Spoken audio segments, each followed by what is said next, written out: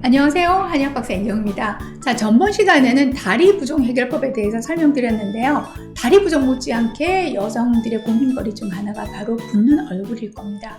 근데 흥미로운 건요, 대부분 얼굴 부종을 상담하는 환자분들은 여성분이란 거죠. 당연히 남성들도 어떤 문제가 생기거나 또는 고도 비만이 진행이 되면 얼굴 부종이 생겨야 될 텐데 왜 그럴까요?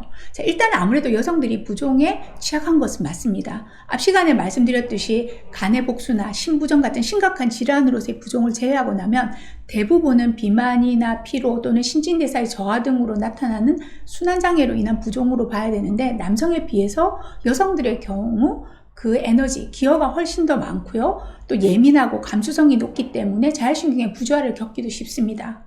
또 다른 문제는요, 같은 정도의 부종이 생기는 경우에도 여성이 더 예민하게 반응을 합니다.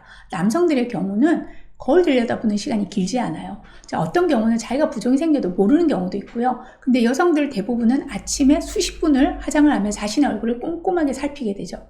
얼굴 부종을 가장 먼저 발견하게 되는 부위는 바로 눈두덩 부위입니다. 눈두덩이 두툼해지면 안 그래도 나이살로 처지고 있는 눈이 더 덮여버리게 되는 거죠. 또한 이게 입 주위도 보기 싫게 늘어지게 됩니다.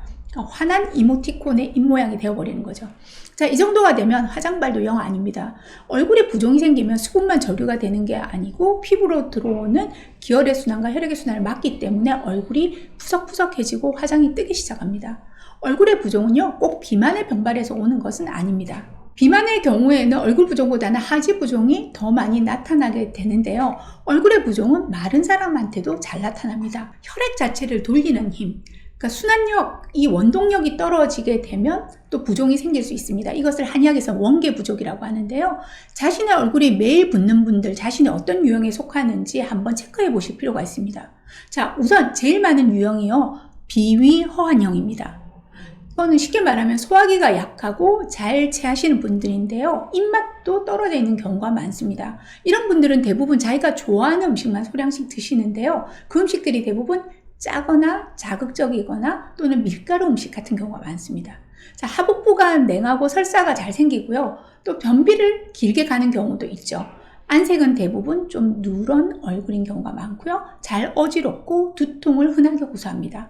손발은 차가워지고요. 쉽게 잘 지치고 피곤하면서 특히 식후 오후에 한 2-3시간부터 4-5시간까지 식곤증으로 아주 심하게 고생하시는 경우도 많습니다. 자, 이런 비위허한형의 경우에는 우리 몸의 중간에 제가 물기를 조절해 주는 게 비위장이라고 했잖아요. 이 물기를 터주는 비장의 기능이 떨어져서 부종이 잘 생기게 됩니다. 이런 분들은요, 이뇨제를 쓰거나 이렇게 해서 절대 해결되지 않습니다. 우선 비위 기능을 회복시키는 것이 가장 우선적인데요. 자신의 비장을 해치는 음식을 줄이는 것이 가장 첫 번째 할 일입니다. 첫 번째, 밀가루 음식만 끊어도 부종이 좋아지기도 합니다. 규칙적인 식사를 하시는 것이 굉장히 중요하겠죠. 규칙적인 식사를 하게 되면 얻는 장점 중에 하나가 여러분의 대변의 상태가 좋아진다는 건데요. 만성적인 변비는 만성적인 부종을 부릅니다. 또 운동을 너무 과다하게 하지 않는 게 좋아요. 이런 분들의 경우 운동을 과다하게 하면 도리어 더 붓는 증상이 일시적으로 생길 수 있기 때문에 가벼운 산책 정도를 꾸준하게 해주는 것이 좋고요. 또 몸을 따뜻하게 하고 반신욕을 해주는 것도 좋습니다. 사실 한방에서 가장 많이 효능을 보는 분들이 이런 체질이라고 할 수 있습니다. 자, 그 다음 유형은요, 잦은 감기나 호흡기 질환을 달고 사시는 분들이에요. 폐기가 약한 분들인데요. 이분들은 상부의 수도가, 제가 아까 폐, 심장이 관련이 있다고 말씀드렸잖아요. 바로 상부의 수도 관리하는 폐호흡 기능이 떨어지다 보니 기력이 없고, 목소리는 보통은 이렇게 좀 기어 들어가는 작은 목소리예요. 또 식은땀도 자주 흘리고, 안색은 흰 편이에요. 창백하고 기침을 달고 살기도 합니다.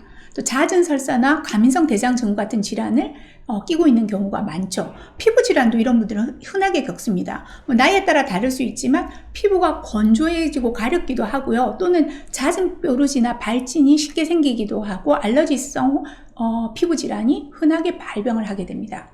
이 폐기가 허약한 분들은요, 항상 몸을 따뜻하게 해주는 것이 좋고, 에어컨은 최대한 피하시는 것이 좋아요. 적절히 햇볕을 쬐서 피부를 강화시켜주는 것이 바람직하죠. 또 유산균의 도움을 받아서 장 건강을 신경 쓰셔야 합니다. 수분의 공급도 원활히 하시는 것이 좋은데요. 정도에 따라 다르겠지만 폐기가 허한한 분들은 늦지 않게 치료를 받으시는 것이 필요합니다. 요즘과 같이 외부 환경이 많이 나빠져 있다 보니 면역을 담당하는 폐장은 아주 지쳐있기가 쉽죠. 자, 마지막으로요. 얼굴이 붓는 분들 중에 평상시에는 괜찮은데 꼭 자고 일어나면 얼굴이 붓는다고 말한 분들이 있습니다. 특별히 짜게 먹고 잔 것도 아닌데 그런 경우들이 있죠. 또 몸이 힘들거나 그런 증상은 전혀 갖고 있지 않아요. 왜 그럴까요? 자, 비밀을 하나 알려드릴게요. 바로 잠잘 때 자세 때문입니다. 자, 이런 분들 중에서는요, 엎드려서 자거나 옆으로 누워서 자다 보면 목 근육이 눌리게 되면서 얼굴과 목으로 올라가는 혈액의 순환을 방해를 받게 됩니다. 그러다 보니 당연히 얼굴이 붓게 되는데요. 자고 일어나서 얼굴 붓는 분들 우선 잠잘 때 자세 한번 고쳐보세요. 베개는 자신의 어깨 높이 정도 되는 것으로 하는 것이 좋고요. 똑바로 누워서 자면 안 부을 가능성이 높습니다. 자, 오늘도 가벼운 팁으로 얼굴 부종 가라앉히는 혈자리 몇 개 알려드릴게요. 자, 먼저 알려드릴 혈자리는요. 관료혈이라고 그래서 자, 여러분의 눈꼬리에서 내려와서 광대뼈와 만나는 자리에 관료혈인데요.